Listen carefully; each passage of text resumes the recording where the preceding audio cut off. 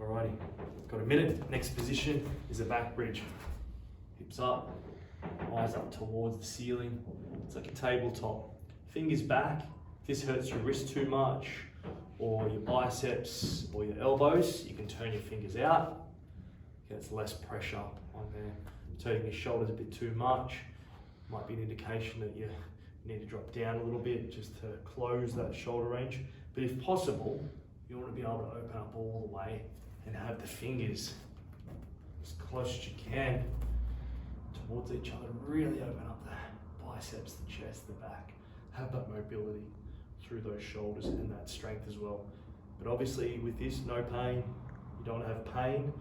Uncomfortable, yep, that's fine, but no pain. Start to know the difference between uncomfortable and pain. If you feel pain or if you're like, oh, it doesn't feel right, drop out.